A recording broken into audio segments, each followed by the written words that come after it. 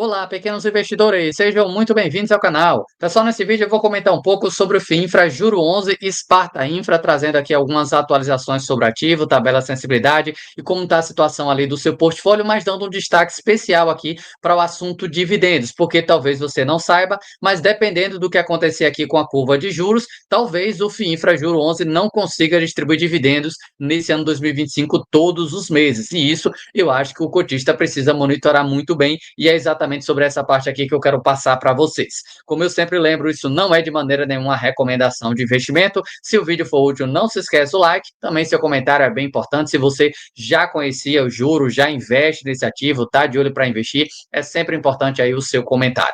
Dito os avisos e pedidos, vamos aqui para alguns detalhes que eles deixam dentro do próprio site aqui do RI. Se você colocar no Google aí, Juro 11 RI, provavelmente você já vai ver ali logo de cara o site da Sparta, onde eles trazem um pouco de atualização sobre o fundo. Retorno atrelado à inflação, meta de retorno 2% acima do IMAB 5, que é baseado aí no tempo, na duration da carteira deles. O último rendimento anunciado, que foi aí nesse mês de janeiro, foi 50 centavos por cota. A cota patrimonial do fundo hoje ela vale R$ 100,45 e o valor de mercado hoje na faixa ali dos 88, basicamente a mínima das últimas 52 semanas, pode ser quando você assista, na verdade, quando você assistir, com certeza essa cota é diferente, porque a renda variável toda hora oscila ali alguma coisa. Mas a tabela de sensibilidade que eles deixam aqui no site é muito bom para você monitorar ao preço X que você está comprando, qual é o carrego que você tem nesse negócio. Mas antes de passar aqui essa tabela de sensibilidade para vocês verificarem um pouco mais como é que está o carrego de vocês, essa cota patrimonial, pessoal, é essencial a gente monitorar, porque ela vai definir se a gente tem ou não, se o juro tem ou não condição de distribuir dividendos. Diferente de alguns outros FINFRAs que às vezes distribuem amortização, como é o caso até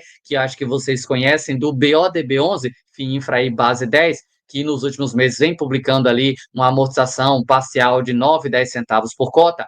No caso aqui da Sparta, a meta deles, a regra deles é que não distribui rendimento se a cota estiver abaixo de R$ 100, porque abaixo de R$ 100 é amortização, não é rendimento. O fundo vale 100, se ele estiver abaixo de 100, não rola rendimento. E isso aqui é muito importante, porque vocês podem ver que a cota patrimonial no momento aqui que eu estou gravando, dia 23 de janeiro, ela é R$ 100,45. Logo, se hoje fosse o último dia útil do mês de janeiro, provavelmente você, cotista, receberia no máximo 45 centavos por cota. Mas isso aqui é importante demais destacar que eu estou falando do dia 23. A curva de juros é que vai determinar se o juro 11 vai ter o valor patrimonial por cota abaixo ou acima de R$ 100. E isso aqui, quem é investidor do ativo precisa ficar sempre de olho. Você pode acompanhar até pelo site aí diariamente, eles atualizam isso aqui diariamente, mesmo para o cotista saber como é que está a situação do VP. Então, o que é que acontece aqui? Se a curva de juros ela começar a cair, a gente tem o valor patrimonial por cota do fundo subindo. Se a gente tem a curva de juros subindo, a gente tem a cota patrimonial do fundo caindo. No ano de 2024, a gente viu os juros futuros subindo muito, por isso que o VP de fundo imobiliário e também aqui de FIINFRAs a gente viu para baixo, porque isso remarca o ativo para baixo. O valor do carrego ali sobe, mas o valor patrimonial por cota ele cai. Um exemplo que eu sempre gosto de citar, acho que todo mundo conhece aí um título do governo. Se você vai ou se você investiu num título do governo no início do ano de 24, você pagou mais ou menos ali, ou teve uma taxa contratada de PCA mais 5,5. Se você pega um 2035 ou algo assim, só para vocês terem noção. IPCA mais 5,5.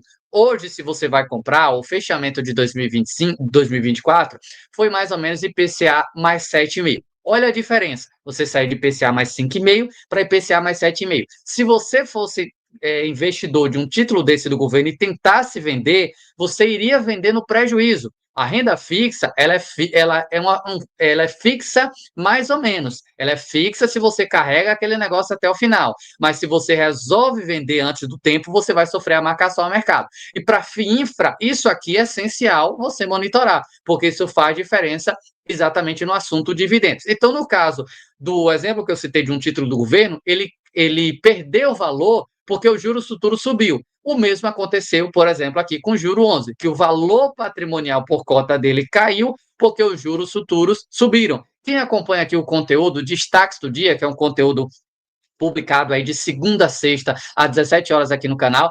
Ouve todo santo dia eu citar isso, juros futuros subindo ou juros futuros caindo. Por quê? Porque isso faz preço na marcação, no valor patrimonial dos ativos e para a FIINFRA, que ele distribui de forma contábil, isso vai impactar no dividendo do mês seguinte. Até aproveito para fazer esse convite se você chegou pela primeira vez no canal. Acompanhe aí, segunda a sexta, às 17 horas, é um vídeo ali de 15 minutinhos. Acho que não vai tomar tanto do seu tempo, mas tem bastante informação que pode ser útil, como é o caso dessa dos juros futuros. Então, se a gente imaginar que, para ficar aqui uma conta mais prática, se a gente imaginar que os DIs, a curva de juros aí que vai marcar os ativos do juro 11, que é a NTNB aí de 5 anos, ela continuar no nível da referência aqui, dia 23 desse mês de janeiro, o cotista provavelmente vai receber 45 centavos por cota.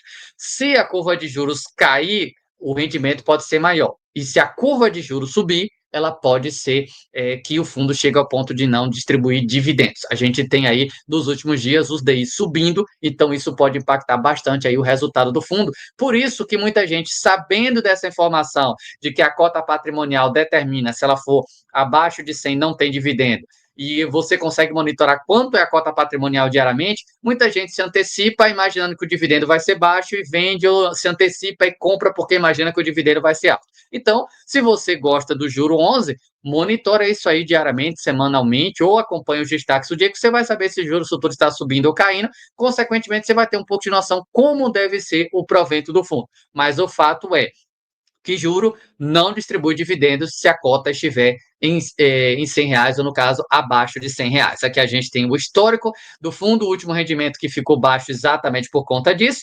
E aqui nós temos a tabela de sensibilidade, comprando a X preço. Qual é a taxa média líquida implícita que você tem nesse negócio? Aqui o valor você pode colocar dentro do site, eles deixam até uma média aqui por cotação, e só para vocês terem noção, se você compra o juro ali abaixo do VP, uns 5% abaixo do VP, você teria IPCA mais 9,42%. E o mesmo que eu falei no início do vídeo, pessoal, sobre dividendos, vale aqui para essa tabela de sensibilidade.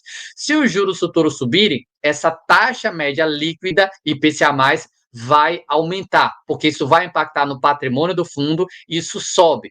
É uma conta meio maluca, um negócio difícil de entender, provavelmente talvez você tenha ficado com algum tipo de dúvida. Se você conhece mais do que eu, me ajuda no comentário, que eu agradeço de coração, mas na prática é isso. Quanto mais o juros futuros sobe, mais o valor patrimonial por cota cai e a taxa média implícita líquida sobe. É o que acontece, como eu citei, de um título do governo, que você comprou IPCA mais 5,5, ele já foi para IPCA mais 7,5.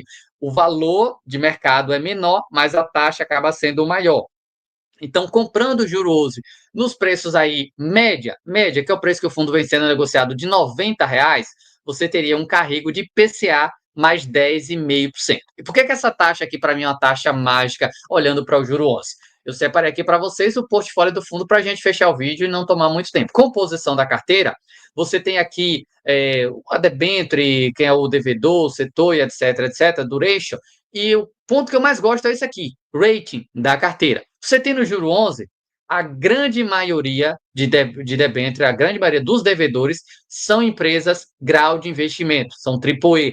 Isso não é todo dia que você consegue encontrar uma carteira que te entregue PCA mais 10,5, com carrego de PCA mais 10,5, com risco de crédito grau de investimento. Essa parte aqui é que para mim que me chama bastante atenção. Eu até aproveito para lembrar, para não parecer que eu estou recomendando nada, que isso aqui não é recomendação, eu não sou cotista do fundo, no momento não tenho interesse porque eu já tenho outro FIINFRA, mas não nego que me chama muita atenção esse preço dele no sentido de carrego, Aqui a gente tem a composição por setor, geração de energia 26% da carteira, saneamento 13%, rodovias 9%, Telecom 8 e por aí se vai. Vários segmentos, a grande maioria aí, são segmentos bem perenes. A alocação da carteira nós temos 90% em debêntures e aqui você tem alocação por rating. Perceba que BBB+, não tem quase nada, sem rating da mesma forma. A grande maioria aqui são empresas 30%, AAA, e se a gente olha as demais, muito próximo a isso. Então, é uma carteira